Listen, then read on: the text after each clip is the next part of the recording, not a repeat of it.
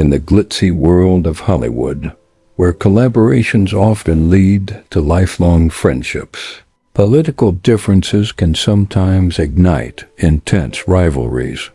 One such notable feud was between two cinematic legends, Katharine Hepburn and John Wayne. During the late 1940s and early 1950s, America was gripped by the Red Scare, a period marked by heightened fears of communist infiltration. The House Un-American Activities Committee, WAC, spearheaded investigations into alleged communist sympathizers, casting a shadow over Hollywood. This era saw the infamous blacklisting of the Hollywood 10, a group of screenwriters and directors who were imprisoned for contempt of Congress after refusing to answer questions about their political affiliations.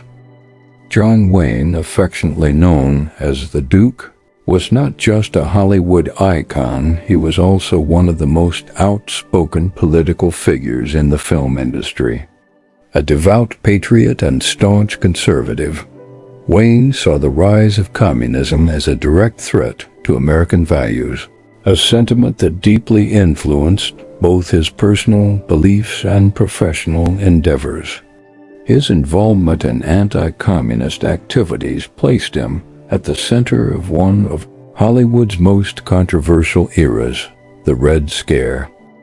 In 1944, Wayne co-founded the Motion Picture Alliance for the Preservation of American Ideals, MPA, a group of industry professionals who were committed to defending the United States against what they saw as leftist infiltration in Hollywood. The organization's core belief was that communist propaganda had found its way into American films, subtly influencing audiences and threatening the nation's democratic ideals. The MPA worked closely with the House Un-American Activities Committee, WAC, the government body responsible for investigating suspected communist activity in various industries, including entertainment.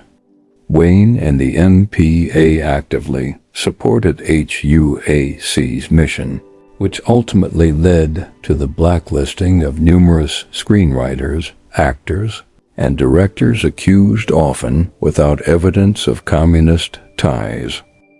Wayne's unwavering patriotism extended beyond the film industry. Though he did not serve in World War II, something he was often criticized for, he spent much of his career promoting strong nationalist ideals. His films, particularly war epics and westerns, often reflected his personal beliefs, portraying America as a land of unyielding strength and moral righteousness. Movies like The Green Berets, 1968, which he directed and starred in, were direct endorsements of U.S. military involvement in conflicts like the Vietnam War. His political influence wasn't limited to Hollywood. Wayne became an active voice in national politics. He was a vocal supporter of Republican presidents, including Richard Nixon and Ronald Reagan, and even served as the president of the Screen Actors Guild, SAG, from 1949 to 1952, a crucial period when Hollywood was embroiled in anti-communist purges. Despite his strong convictions, Wayne's black and white view of politics earned him both admirers and fierce critics. While conservatives praised him as a defender of American ideals, liberals and progressives viewed him as a reactionary figure whose support of HUAC contributed to unjust persecution in Hollywood. Regardless of where one stood, there was no denying Wayne's impact both as a cinematic legend and as a key player in one of Hollywood's most politically charged periods. In stark contrast, Katharine Hepburn was a vocal liberal who condemned HUAC's actions. She publicly decried the committee's investigations as a witch hunt and stood in solidarity with those targeted, including the Hollywood 10. Hepburn's impassioned speeches and advocacy for free expression positioned her as a formidable opponent to the prevailing anti-communist sentiment. Despite their ideological differences, Wayne extended an olive branch in 1953 by offering Hepburn a role in his upcoming Western film, Hondo. This gesture surprised many, as it contradicted the perception that Wayne excluded left-leaning actors from his projects. Initially, Hepburn showed interest but ultimately declined the offer. Some sources suggest that her decision was influenced by their contrasting political views, though the exact reasons remain a topic of speculation. Despite their ideological divide, John Wayne and Katharine Hepburn proved that professionalism could override political feuds when they finally worked together on Rooster Cogburn in 1975. Fans and industry insiders alike speculated that their opposing views, Wayne, the staunch conservative, and Hepburn, the outspoken liberal, would lead to tension on set. However, rather than engaging in fiery debates, the two screen legends developed an unexpected camaraderie. While Wayne was known for his commanding presence and no-nonsense demeanor, Hepburn's sharp wit and unapologetic spirit matched his in intensity.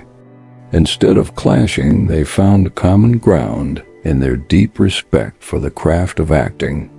Hepburn, ever the intellectual, admired Wayne's straightforward honesty, while Wayne respected Hepburn's legendary work ethic. Behind the scenes, their interactions were often tinged with humor. One particularly memorable exchange occurred when Hepburn, aware of Wayne's past lung cancer surgery, quipped, "I'm glad I didn't know you with two lungs. You really must have been a bastard." Wayne, never one to back down from a joke, reportedly laughed, taking the remark in stride. Their relationship was a perfect example of how two people with vastly different worldviews could still appreciate each other as colleagues. Though Rooster Cogburn wasn't a major critical success, audiences loved seeing the two Hollywood titans share the screen. Their chemistry both on screen and off was undeniable, proving that even in an industry often divided by politics, talent, and mutual respect, could transcend ideological battles. The Hepburn-Wayne feud serves as a testament to Hollywood's complex interplay between art and politics. At a time when political divisions in the film industry ran deep, especially during the Red Scare and McCarthy era, their opposing beliefs could have easily cemented a lifelong animosity. Wayne, a hardline conservative and staunch anti-communist, actively supported the Hollywood blacklist, while Hepburn, a fierce liberal and advocate for civil liberties, openly criticized the suppression of free speech. Their contrasting ideologies were more than just personal preferences. They reflected the broader cultural and political rifts shaping America at the time. Despite their differences, their ability to collaborate on Rooster Cogburn decades later demonstrated a rare and nuanced understanding of professionalism, mutual respect, and even friendship. Rather than allowing their political beliefs to dictate their working relationship, they recognized the value of their craft and the power of storytelling. Hepburn, known for her razor-sharp wit, and Wayne, famous for his commanding presence, found a way to coexist, proving that the love of cinema could transcend personal and political divides. Their story underscores the possibility of finding common ground, even amidst profound disagreements. It serves as a reminder that dialogue and mutual respect can bridge Ideological gaps, a lesson that remains relevant in today's polarized world. In many ways, the Hepburn-Wayne dynamic reflects the enduring spirit of Hollywood's golden age, when artistic collaboration often triumphed over political discord. Their ability to set aside differences in pursuit of their shared passion for film is a powerful example of how the magic of cinema can bring even the most unlikely individuals together. What are your thoughts on actors bringing their political beliefs into their professional lives? Do you think such differences enhance the depth of their performances, or should politics remain separate from art? Share your opinions in the comments below, and don't forget to like and subscribe for more intriguing Hollywood tales.